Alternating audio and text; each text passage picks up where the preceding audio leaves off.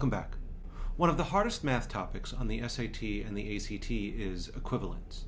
Many of my students find this challenging because it deals with more conceptual thinking than it does with pure computation. So in this video, let's sort out all of the variations that you'll see on the test. We'll start easy and we'll get harder as we go. If you find any part of this helpful, please hit the like button, share, and subscribe to the channel. We'd love to have you.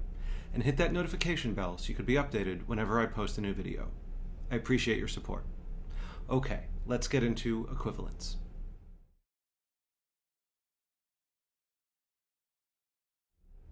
Here's how one of these questions might look. Question 1. If 3x squared minus 9x plus 11 equals ax squared plus bx plus c, what is the value of a, b, and c? So the big theme here is to see what terms match on each side. Terms correspond if they're attached to the same power of x. What do I mean by that? Well, let's look at the left side. In 3x squared, the 3 is attached to the x squared. Just like on the right side, the a is attached to the x squared. That means that the 3 and the a correspond. Likewise, the negative 9 is attached to the x, just like the b is attached to the x. And same with the c and the 11. They don't have x terms. So we could make 3 mini equations based on that, so to speak. We could say that 3x squared equals ax squared, negative 9x equals bx, and 11 equals c. And then solving for each, a equals 3, b equals negative 9, and c equals 11. So that's equivalence. It means to find the like powers of x on each side and set them equal. But now let's make things a little harder. Question 2. If x squared plus xp minus 3x minus 3p equals x squared plus wx minus 15, solve for w and p. This one's a little harder because there are many variables in play, but we could use the same approach that we saw on the last question, making mini equations based on the like terms. So the first thing we could say is that the x squared equals the x squared. Those terms have to correspond. Likewise, any terms with x have to correspond. So we could say that xp minus 3x equals the wx. And then from there, the terms without the x have to correspond. Negative 3p equals negative 15. And from there, we have enough information to solve. Looking at that third equation, if negative 3p equals negative 15, we could solve for p. Divide both sides by negative 3, p would equal 5. And then we could use that value for p in the second equation and plug it in. Instead of saying xp, we can use that 5 and say x times 5, which is really 5x minus 3x equals wx. Combining like terms, 2x would equal wx, and 2 would equal w. W is 2, and p is 5. And this concept of equivalence is very popular on both tests. So, simply put, when an equation has many variables, you can often simplify things by setting the like powers of x equal to each other. That second one was a little harder, so let's try another. Question 3. Solve for c and t. I'll give you a minute on this one. Press pause, give it a shot. So just like we did on the last question, you have to start by asking which terms correspond. The terms of the like powers of x have to correspond. So the x squared has to correspond with the x squared. We can make a little mini equation and set them equal. Likewise, with any terms that just have x, xc plus 5x equals the tx. Those are the x terms. And likewise with the non-x terms, the negative 4c could equal the negative 12. And from there, we have enough information to solve. Looking at that third equation, if negative 4c equals negative 12, solving for c would give us c equals 3. And then with that value, we can plug it into the second equation. Instead of saying xc, we can use that 3 instead to say 3x plus 5x equals tx. Combining like terms, 8x equals tx, divide both sides by x, 8 equals t. So t equals 8 and c equals 3. The big theme is to set the like powers of x equal. Okay, now we're warmed up. Now let's kick it up a notch.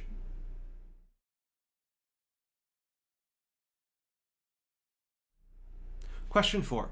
If you are given ax plus 17 equals 5x plus d, what can you determine if the system has infinite solutions, no solutions, or one solution? So before we start any math, let's just talk about what it means for two graphs to have solutions. Finding the solutions of two graphs means finding where they touch, or the points of intersection. And what kind of graphs do we have here? Notice that they're both in the format of y equals mx plus b. That means that they represent lines. So let's start with that first part, infinite solutions. What does it mean if two lines have infinite solutions? Again, solutions means where the graphs cross. So if lines have infinite solutions, it means every single point is a common. It means that they're the same line. Saying that two lines have infinite solutions is just a complicated way of saying that the lines are the same. So we can do what we did before on the last few questions. If the lines are the same, then all of the powers have to correspond. The x term could equal the x term, ax is 5x, and the non-x term could equal the non-x term, 17 and d. You could say ax equals 5x and 17 is d, or in other words, a equals 5 and 17 equals d. Now we could only do that if they say infinite solutions. That means the lines are the same. But think about what it means if two lines have no solutions. Well, let's try to visualize that. If you can visualize a line, what does it mean if there's another line that has no solutions with that line?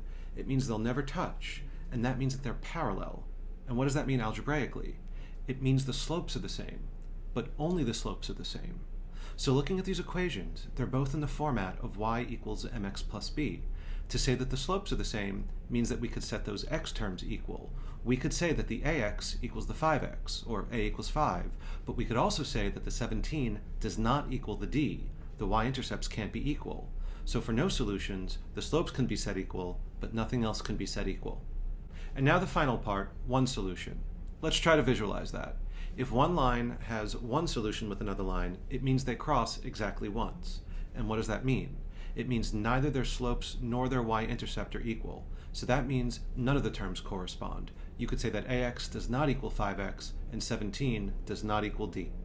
So even though the last question was dealing with the equation of a line, it was still touching on this concept of equivalence because it wanted you to think about how different terms correspond. So to summarize, if a system has infinite solutions, it means the lines are the same, so every term can be set equal, the x with the x and the non-x with the non-x. If a system has no solutions, it means the lines are parallel, so only the slopes could be set equal, the x term to the x term. And if a system has one solution, it means the lines cross once, so neither the slopes nor the y-intercepts can be set equal. And now let's kick things up a notch again and make things even a little more challenging.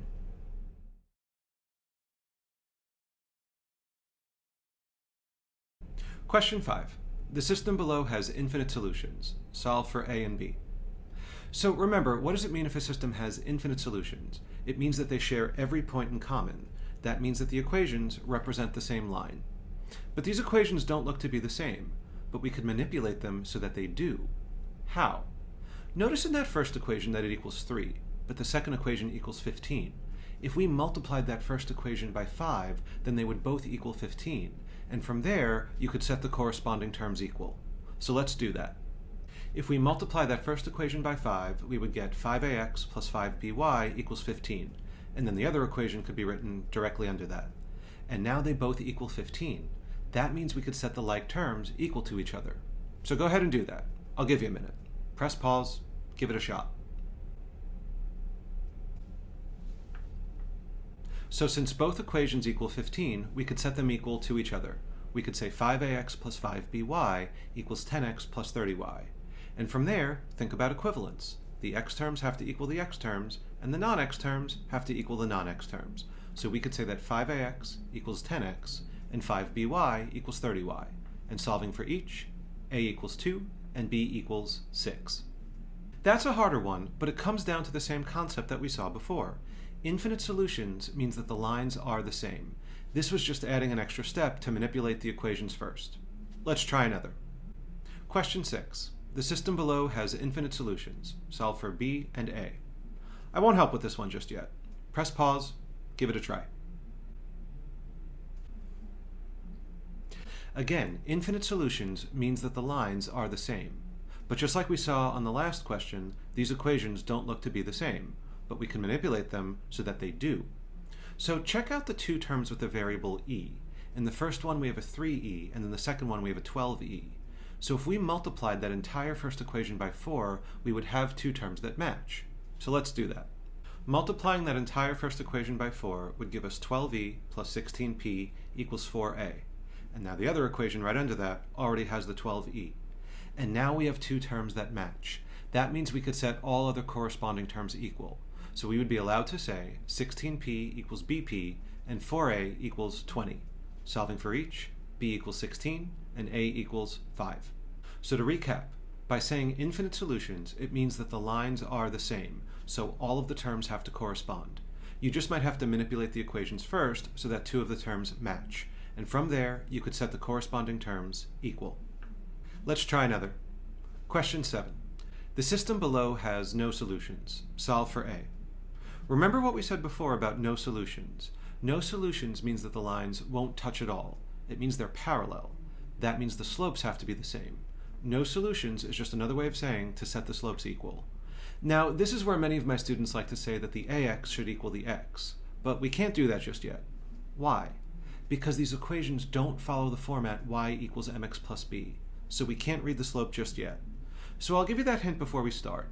In order to find the slopes, you'll have to first manipulate the equations into y equals mx plus b, and from there, then you could set the slopes equal. So I'll give you a minute. Press pause and work on that. So starting with that first equation, let's try to get the y term to be positive. So if we move the 2y to the right side and the 3 to the left side, we would have ax minus 3 equals 2y. And then to isolate y, divide by 2, ax over 2 minus 3 over 2 equals y. Now we have y equals mx plus b. And let's do the same thing for the other one. Moving things around would give us x minus 7 equals 4y, and isolating y, x over 4 minus 7 over 4 equals y. And now each equation is in the format of y equals mx plus b. So now we can set the slopes equal. Remember, for no solutions, only the slopes are equal. No other terms could be set equal. So we could say ax over 2 equals x over 4. And then from there, you cross multiply and solve, a would equal 1/2. These are some of the hardest questions that you'll see on the SAT and the ACT, but the underlying principle for all of them is the same. So, just to recap, when two equations are set equal, you could make mini equations, so to speak. The x squared term has to correspond to the x squared term, anything with an x has to correspond to anything with an x, and so on. Other variations of equivalence will ask how many solutions two graphs have. So remember, if a system has infinite solutions, it means the lines are the same, so all of the corresponding terms can be set equal. If a system has no solutions, it means the lines are parallel, so only the slopes can be set equal. And if a system has one solution, it means the lines only cross once, so neither the slopes nor the y-intercepts can be set equal. And if they really want to be obnoxious, they might throw in an extra step before you can do that. So in those questions that we saw with infinite solutions, you might have to manipulate the equations first so that two of the terms are equal. In that variation we saw with no solutions, we had to rewrite them as y equals mx plus b. And from there, we could set the slopes equal. But every question from this video dealt with the same underlying theme: how terms on one side of an equation can correspond to terms on the other side. Sometimes, everything corresponds. Other times, only one term corresponds. And sometimes, none of the terms correspond. The SAT in particular really loves these questions, but they are a little challenging, so keep practicing. They are definitely worth a nice chunk of points on the test. Thanks for watching, and remember, plan your work, work your plan.